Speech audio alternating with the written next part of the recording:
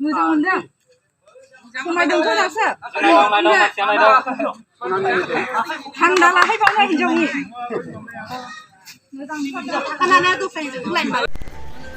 बहा थांनानै माने हिनजाव दालालि खालामनानै ओरैबायदि जानला मोनला माने लासिं सिं हमजालाबायो नोंथांमोना जुदि भिडिअखौ नुवाखैब्ला भिडिअखौ जोबजासिम नायलांगोन आसा खालामो स' बिदिब्ला लोगोफोर नोंथांमोना भिडिअखौ जोबजासिम नायलाङोब्लासो बुजिगोन आरो लोगोसे नोंथांमोना टाइटेल एबा थाम्बनेलाव नायनानै मोनथिखाबाय जानो हागौ आं मानि सायाव बुंगोन एबा मानि सायाव सावरायगोन स' बिदिब्ला लोगोफोर नोंथांमोना खोनासंलांदो आरो एबा भिडिअखौ ससे क्लिपखौ नोंथांमोना सिगाङाव नुखाबाय जानो हागौ जायनिखि आं बे भिडिअनि सायाव सावरायगोन आरो लोगोसे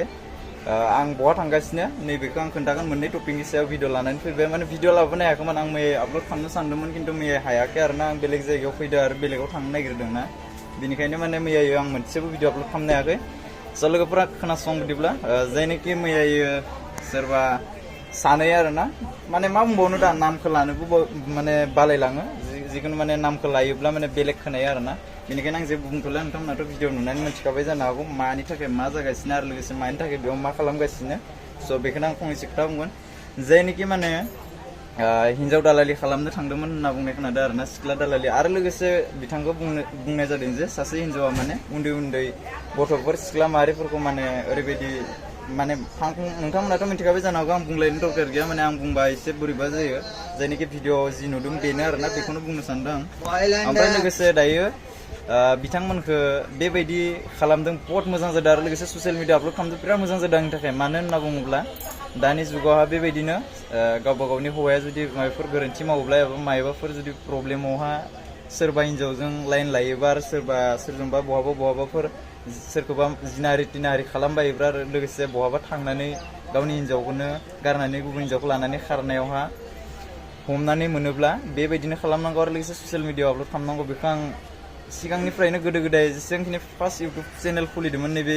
दिननिफ्रायनो आं नोंथांमोनखौ बुंगासिनो आरो लोगोसे बिराद मोजां जादों नोंथांमोनखौ आं थेंक इउ जासिहरो आरो लोगोसे रोजा रोजा साबायखरबो जासिहरबाय जायनोखि मादै सानैया बिथांमोनखौ सेन्देल माला गानहोदो गोदोनायाव ओरैबायदि बरिया आरोना बेस्ट बेखौ नुनानै दा गुबुनफोराबो एसे गिगोन एबा गुबुनफोराबो एसे बेबायदि लेथ्रा खामानि मावबाय थाग्रा हारियावहा गुबुंले खामानि मावबाय थाग्रा नैबे बिथांमोनाबो एसेब्लाबो माने दा गिनाय फैगोन आरो लोगोसे बुजिगोन आरोना बिथांमोनाबो जायनोखि माने बे भिडिअखौ आपल'ड खालामबाय बिनिसिम साबायखर बावहरबाय आरो लोगोसे आं बे भिडिअखौ बेसेबां फोजोबगोन आरो लोगोसे आं बहा थांगासिनो नोंथांमोनखौ आं खोन्थागोन माने आं दायो ट्रेन सायाव दं आरोना जायनोखि आं बे जायगायाव मोनहैबा माने नोंथांमोना आं भिडिअ फुल डिटेल्स मोनसे भिडिअ लानानै फैगोन आरो लोगोसे बहा दं बहा गैया आं माने बेवहा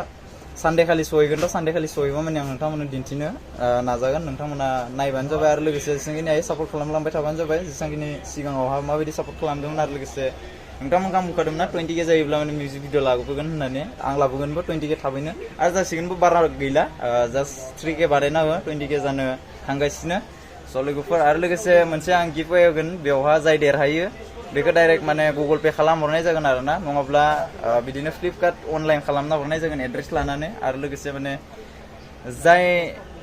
माने मोजां कमेन्ट हरनो हायो आरो जाय कमेन्ट हरबाय थाग्रा आं बिथांमोननि कमेन्टखौबो नायबाय थायो आरो जाय कमेन्ट सेक्सनाव कमेन्ट खालामबाय थायो नैबे बिथांमोनखौबो आं नायनानै लादों आरोना जायनोखि आंनाव डेलि माने मोजां कमेन्ट हरग्रा बिथांमोननोबो आं माने बेबायदिनो माबा मोनसे गिफ्ट अवे खालामनो सानदों आरोना लोगोसे नोंथांमोना भिडिअखौ नायलांबाय थागोन होननानै आसा खालामो आरो लोगोसे आं बहा दं बेखौ नोंथांमोननो गाबोन नङा समफोर खोन्थागोन सानडे खालि स' बिदिब्ला thank you for watching next video थाबैनो लोगो मोनगोन स' बाय बाय गाइस जय बर' हारिनि जय